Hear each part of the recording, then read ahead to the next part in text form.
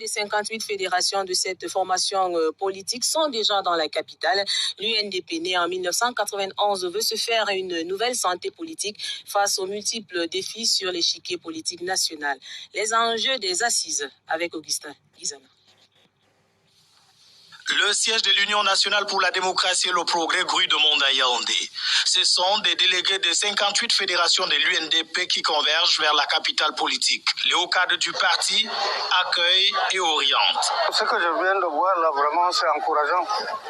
C'est une bonne chose, c'est encourageant. Un post test Covid-19 est en œuvre. Normal, c'est une veille du 7e congrès du parti. Comme tout congressiste, nous avons des préoccupations. Et ces préoccupations concernent la réorientation, l'espoir des enjeux de notre formation politique. La salle 1500 du Palais des Congrès de Yaoundé s'habille aux couleurs de l'événement.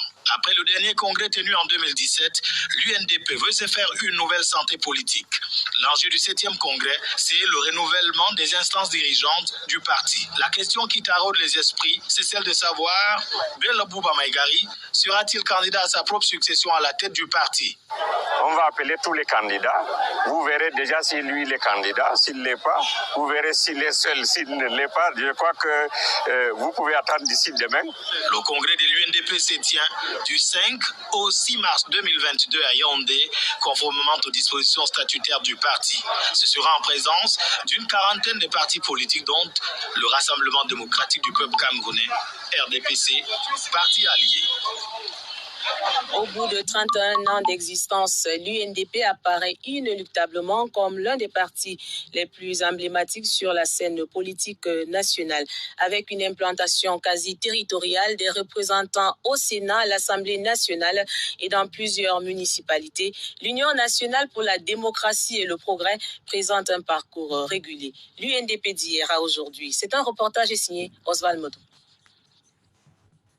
Le 9 février 1991, l'Union nationale pour la démocratie et le progrès sortait des fonds baptismaux en surfant sur le vent de la démocratie qui soufflait alors sur le continent. 31 ans plus tard, le parti de Bello Bouba Maïgari comptait des bureaux de fédération implantés dans les 58 départements du Cameroun. À la faveur de la redistribution des cadres consacrés lors des derniers renouvellements, 6 femmes ont pris la tête de 6 départements.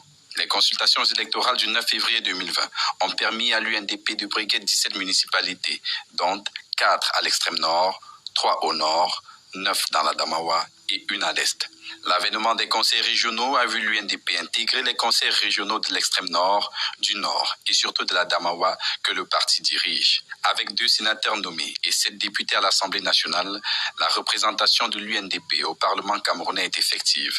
Cette représentativité de l'Union nationale pour la démocratie et le progrès fait assurément de l'UNDP, et même en termes d'élus locaux, la deuxième formation politique du pays après le parti au pouvoir. Et c'est le résultat de 31 ans de bataille pour l'existence en continu d'un parti politique qui n'a pas l'intention d'arrêter d'écrire là son histoire. Autre chose